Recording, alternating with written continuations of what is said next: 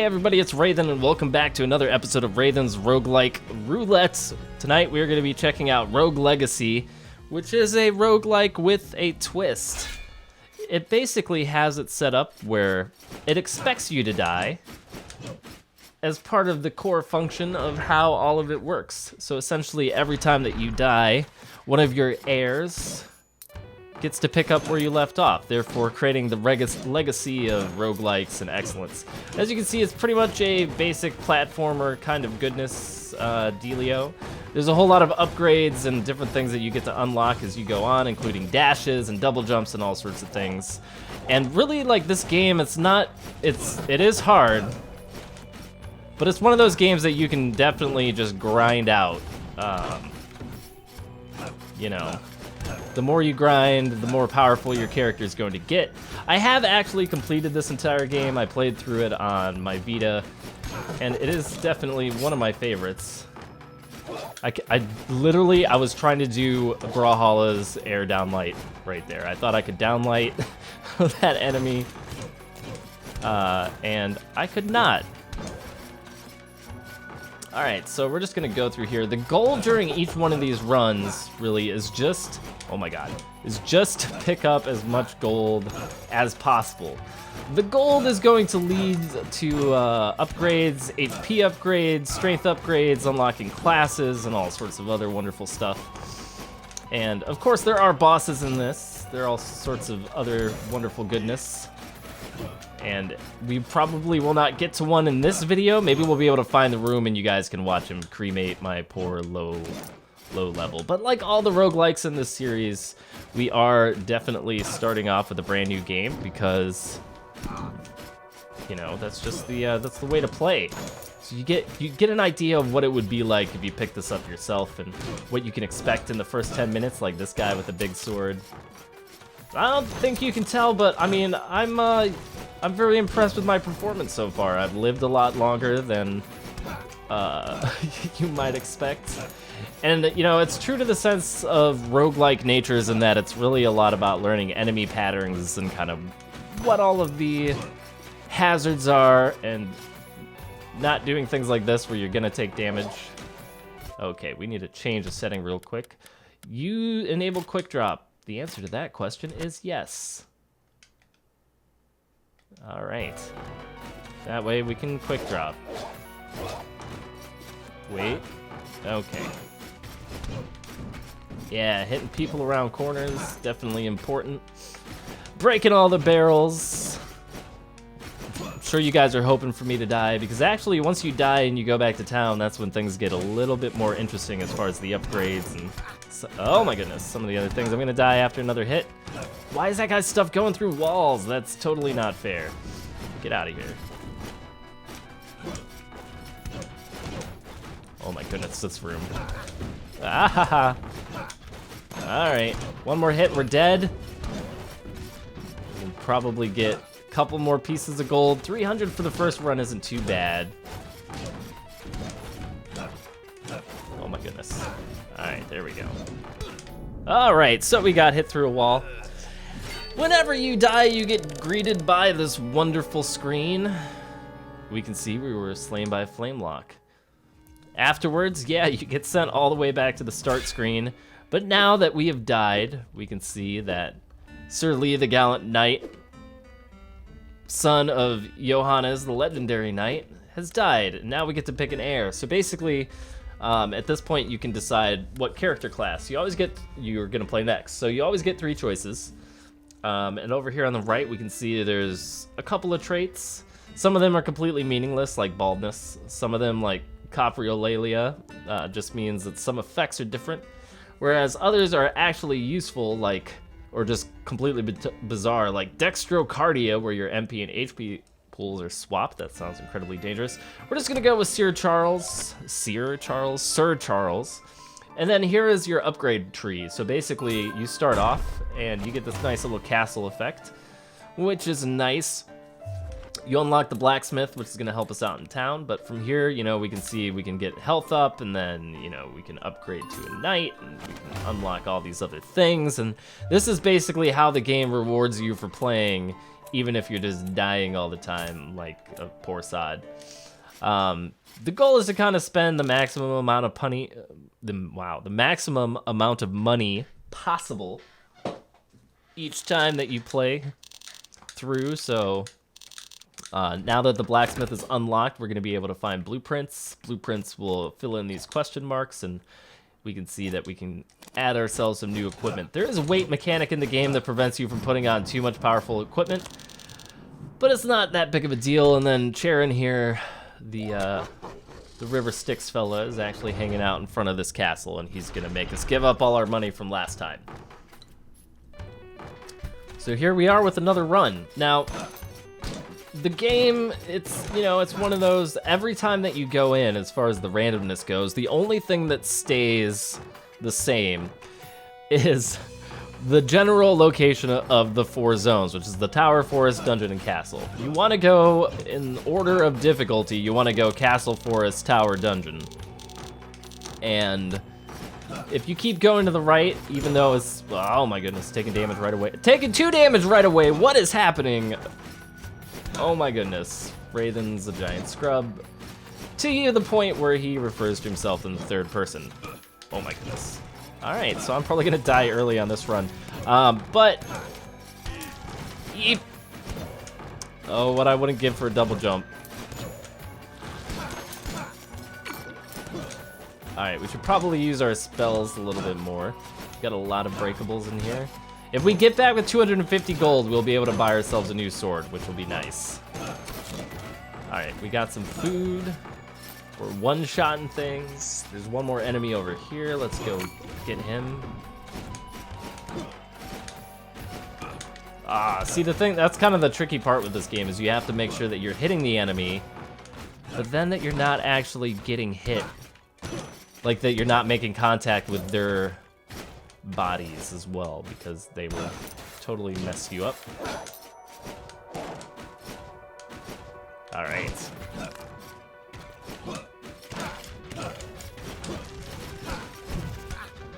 Whoa. Okay. Oh, I was trying to down attack and totally messed that up. All right, well. 190. Let's go this way. Let's see, 200, that's not too bad. We're gonna be able to get some regular upgrades off of this, I think. Yeah, let's just go up here. Oh my goodness, okay. 3 hits, that sucks. At least we can get those guys in a couple of hits. One more hit and we are dead, but we're not dead yet. Oh, give me that sweet gold. Ah! All right, and there we go, I'm dead again. All right, well, we should be able to at least upgrade some basics. Let's see, we've got the knave, the paladin, and another knave. I kind of like this Arcan looking thing here. Here we go. All right, so let's see, we can unlock some of these things. Let's keep upgrading the castle here, see what else we can unlock. 100 to unlock the enchantress or the architect. None of those are directly useful at the moment, so, but we don't have enough gold to upgrade anything else, so let's go ahead and get the enchantress, and then we'll be moving along. The enchantress is going to help us out with kind of common abilities, so not equipables, but things like dashing, double jumping, and the rest of it. So we can see, like, you get here the sprint rune, you can dash short distances. We've got stuff like the vault room where you can double jump, and you start off with kind of the 2 important ones that give you good movement. And I actually value those a little bit more over getting the good equipment, just because maneuverability is really important, because if you haven't noticed, there's all sorts of crap going on screen, and I need to somehow avoid all of it, and that can end up being rather difficult. So we haven't gotten directly stronger, but we are well on our way to slowly becoming more awesome. Yeah, we're gonna reset that scene because, oh, critical hit. I like that. Ooh. I apparently am really bad at aiming that. Yeah, instant airs. My Brawlhalla skills are not helping me out against these these guns. But you know, platforming games like this, they're good uns. We found a journal. Journals kind of tell you the long, convoluted story of what's going on in the castle, but I won't bore you guys with that because I know the only thing you guys are interested in is seeing how long I can not die again. Most of these runs have just been a couple of minutes, so not very exciting. Okay. I was trying to dash out of the way there. Oh, right, and I am dead almost immediately. I don't think we even got enough gold from that one to buy anything, which is kind of unfortunate. Stereo blind and tunnel vision. That doesn't sound good. Let's go with the endomorph. We have 150 gold, so we can upgrade one thing that is 150 gold. Let's go ahead and upgrade that health, and we'll go for another run. We'll see if we can't get enough gold so that we can get some at least basic maneuverability so that I can actually dodge out of the way this time. But while we're here, I think it's my duty and responsibility to apologize to you guys. I know that some of you have really been enjoying the Roguelike series, and I have been having a blast recording. But it's very difficult for me to be like, yes, I'm not gonna play Brawlhalla today, I'm gonna go do something else. It was an experiment that I needed to see how it went, and then on top of that, I'm starting the fighting game series that's coming up soon with TWK Smash, which was also requested by people. Like, basically, I asked everybody who watches my YouTube channel, I was like, hey guys, what is it that you want to see? And the top two things were fighting games and roguelikes, which I'm sure all of you can remember. So it's one of those things where I really like all these genres, I love all these games, but it's very difficult to make the time to play all of them. Holy crap, okay. Let's try it. If you kill one of these mini-bosses, you can get a crap... Oh, I tried to jump out of the way. Didn't work out. If you run into one of those mini-boss rooms, you can end up getting a whole lot of cash. And like early buffs off of them. Wow, did we actually make 180 gold in that run? Cool, let's see. I think one of these, hey look, we were dwarfism. Makes you really tiny. It's one of these 175. It is! Let's get that sprint rune, because now we can do this, and this is super useful. Look at that, you can do it in the air. Makes you all nice and speedy. It's one of the best parts of leveling up when you get these nice movement options. All right, so the dwarfism thing is interesting because on the one hand, it makes it harder for you to get hit. On the other hand, oh, I totally missed that. On the other hand, it makes it really difficult to hit anything.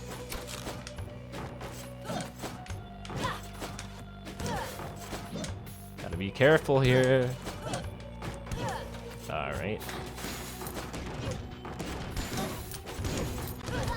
Oh, the spikes. I probably shouldn't be trying to do this. Oh, but there's a chest right here, though. Oh, man. Oh, my goodness, no. All right, I didn't realize the timing required to do this. All right, there we go. We got a whole bunch of gold off of that chest, which is very useful. You can totally be a midget in this game, which is part of what makes it fantastic. Let's see what happens if we use the shrine. Sometimes nothing, sometimes something good. Alright, so we got Hyperion's Ring. So these items in the game provide you with some sort of bonus effect. Oh god. And, oh, how am I still alive? I don't know, we're leaving. Let's go see how much gold we can squeeze out of this place before we die. We're not going to be able to take all the enemies in that room down without getting at least a whole bunch of HP. So I just kind of want to get as much gold as I possibly can. Oh, and then I landed on him. Alright. Death Defy. There is like no chance of that ever happening. But it happened to us today, largely by accident. So there, oh shoot, actually that must be what Hyperion's Ring does, is the Death Defy effect. Or it gives you a chance of it at least, which is cool. because now we can go and try and pick up some more gold. Alright, so this is what the teleporters look like.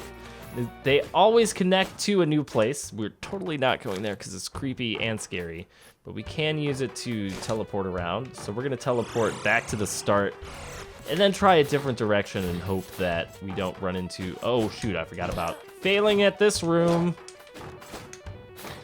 Ah, crap. All right, so, you know, clearly I'm a little rusty and used to playing this on my Vita.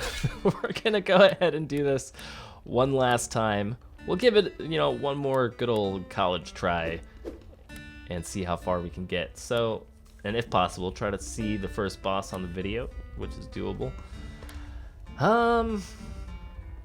We move faster. That just sounds dangerous at this point. Let's just take the most normal one. We've got a mage over here. We're gonna go see about getting a new sword because I think that would be pretty fun. Yes, let's buy this new sword. Awesome. So that should let us do some more damage. Mages don't really do a whole lot of damage.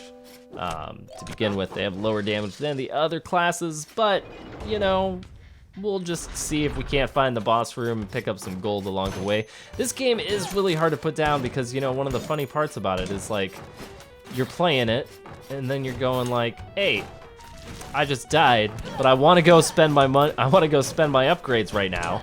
Let me just go spend my upgrades. And then you're like, well, I already upgraded. Why don't we just, oh crap, that was gonna be so sweet if I could pull off that wild maneuver, but it didn't work out the way it did in my head. You know, that gamer's mind eye of excellence where you're able to pull off the most amazing feats of glory. Yeah, that happens to me pretty frequently where I'm like, oh, I can totally do that. Totally do that. And then I don't totally do that. All right, so, oh, there's a cannon right over there, isn't there? Oh my god, 3 hits for these guys. 2 hits for the cannons. And I'm dead already. All right, so the mage did not do us very well at all. We did get a fair amount of gold from that, but we're not gonna go ahead and do another run just yet because that's the amount of time we've got for Rogue Legacy today. But I hope you guys had fun. I hope you enjoyed this video. Thank you everybody who takes the time to watch all of the Raidhyn roguelike roulettes because it's you know, it's fun. Even though I haven't made a whole lot of time for this series as much as I would like, I am really super looking forward to when we get to the point where we're at the end of the series and I've played a whole bunch of games and we all get to decide what I'm gonna turn into a long-running series, because that is gonna be awesome and I'm really looking forward to that so that I can take and play one of these when I'm just not feeling other stuff. So, once again, thank you guys very much for watching and I'll see you next time.